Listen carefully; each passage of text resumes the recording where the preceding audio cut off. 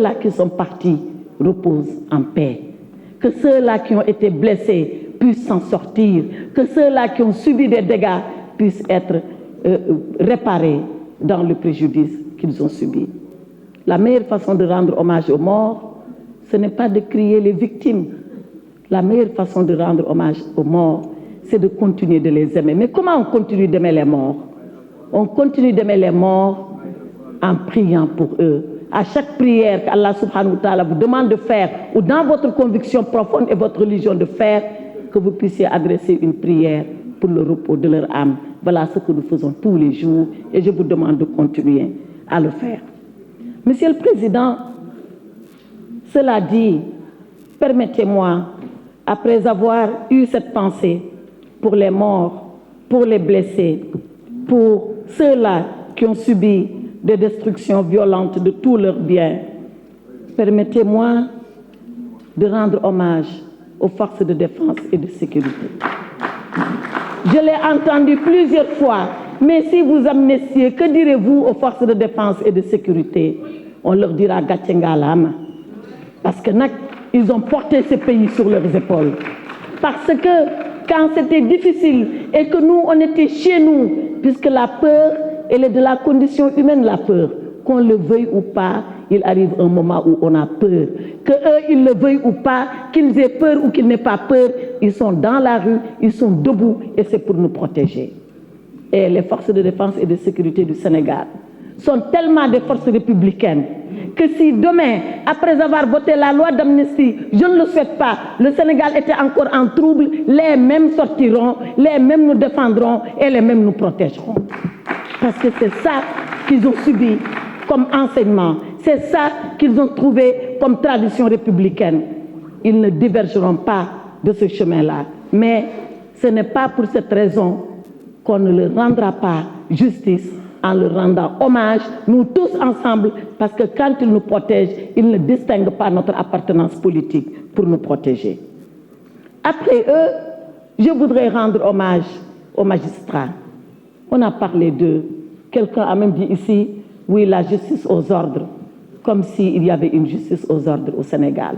Je m'inscris en faux contre cela. Et je le dis ici, je le répète, le jour, encore une fois, où quelqu'un aura maille à partir avec la justice, il saura si la justice est aux ordres ou si la justice ne l'est pas. Les magistrats qui ont fait leur devoir, sans rechigner, sans murmure, sans réprobation, sans même approuver ou désapprouver ce qui se fait, parce que seulement c'est leur devoir de le faire, et qu'ils ont juré en prêtant serment de le faire. Ces magistrats-là, on ne peut pas les dévier de ce chemin. Et je voudrais leur rendre hommage à tous ces procureurs, à tous ces juges qui ont instruit, qui ont rendu la décision pour avoir seulement fait application de la loi en respectant leur conscience. Alors la loi d'amnistie. Je disais que la loi d'amnistie, elle a toujours été clivante, elle a toujours porté lieu à contestation, à discussion, à rejet, à approbation. Et dans tous les pays du monde, dans tous les régimes du monde, dans toutes les assemblées délibérantes du monde. On m'a dit, vous aurez fait appel aux nazis et au Rwanda. Je n'ai jamais fait appel à cela. Quelqu'un en a fait le commentaire pendant les travaux de la commission des lois et on l'a rapporté. Je sais très bien ce qui s'est passé dans le système nazi. Je sais très bien ce qui s'est passé au Rwanda pour être une avocate et savoir ce que les Gachacha ont fait. Je n'ai jamais dit que le Sénégal était comme cela. Par contre, je continue de dire que dans ce pays, il s'est passé des choses graves et absolument graves.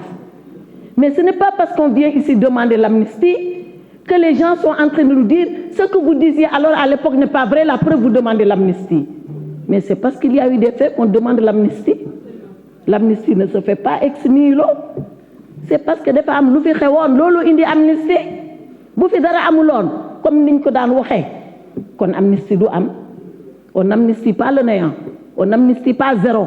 On amnistie des faits et des faits qui se sont passés. Et ces faits, nous les savons, nous les connaissons et les dossiers sont là, ils existent.